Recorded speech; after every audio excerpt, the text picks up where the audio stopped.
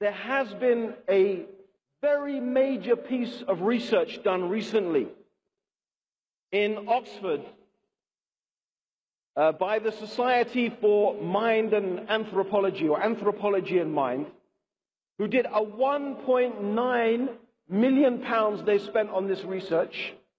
As far as I remember, there were over 60 academics involved in this research from all over the world. So this was a major piece of scientific research in the realm of human psychology and anthropology. And after many years, they concluded that the belief in God, the religious belief, and the belief in afterlife is not something that is taught by our parents. It is something instinctive and natural in the human being. That in fact, the very human thought process itself is shaped by religious values. This is very significant. Because, of course, this agrees with exactly what Islam has been saying, that every human being is born upon the fitrah. In other words, every human being, as the Prophet Muhammad sallallahu alayhi wasallam said, is naturally inclined to worship God alone. And as the Prophet sallallahu alayhi wasallam said, it is only our parents that make us diverge away from that natural inclination to single out God for worship and make us followers of different religions or no religion at all. So this is the nature of the human being. And it's interesting that this very extensive piece of research has confirmed that. And we all have instincts. Animals, by the way, operate on instinct. What makes the human being different from the animal is that the human being has reason. We have the ability to reason. Whereas animals, they rely upon instinct.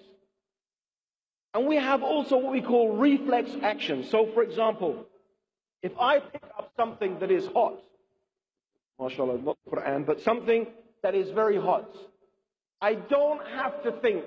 There's no process in my brain saying, this is very hot, I must drop it. No.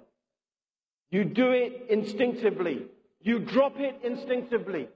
This is a reflex action. This is something that is not rational.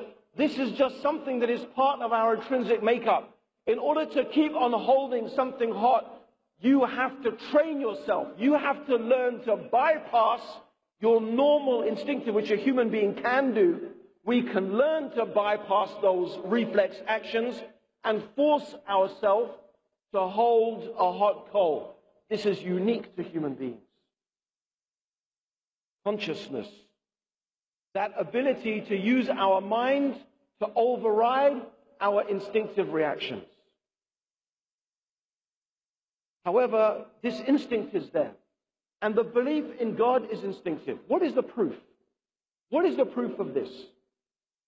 It's very interesting that one of the, what we could call the high priests of atheism, Richard Dawkins, was recently on a TV show.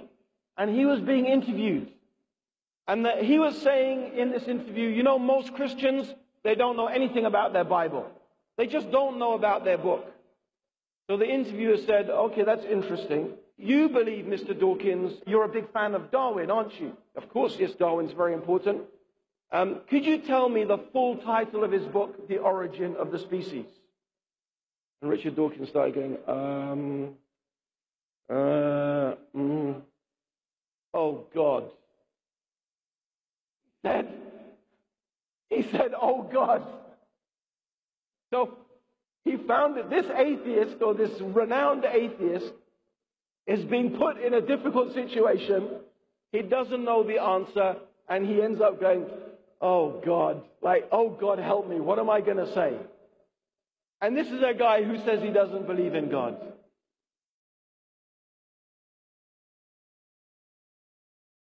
But you're saying they're not Christians, even if they think of themselves as Christian. You know what they are, even though they tell you. I'm not presenting my opinion here. This press release is offered to people to look down it and say, look, these people who call themselves Christians actually don't read the Bible, don't go to church, don't believe Jesus was the Son of God, don't even know what the first book of the New Testament is. But Richard, it's up to you to make up your mind whether you think they're Christian. Don't ask me. My opinion is not relevant. Richard, if I said to you, what is the full title of The Origin of Species?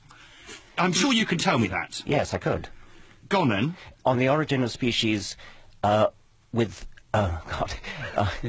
Origin of Species, there is a subtitle with respect to the preservation of favoured races in the fight, in the struggle for You're life. the high pope of Darwinism. Not bad, I'd give him some justice. But if you asked people who believed in evolution what that question, and you came back and said 2% got it right, it would be terribly easy for me to go, they don't really believe it after all. It's just not fair to ask people these questions. They self-identify as Christians, and I think you should respect that.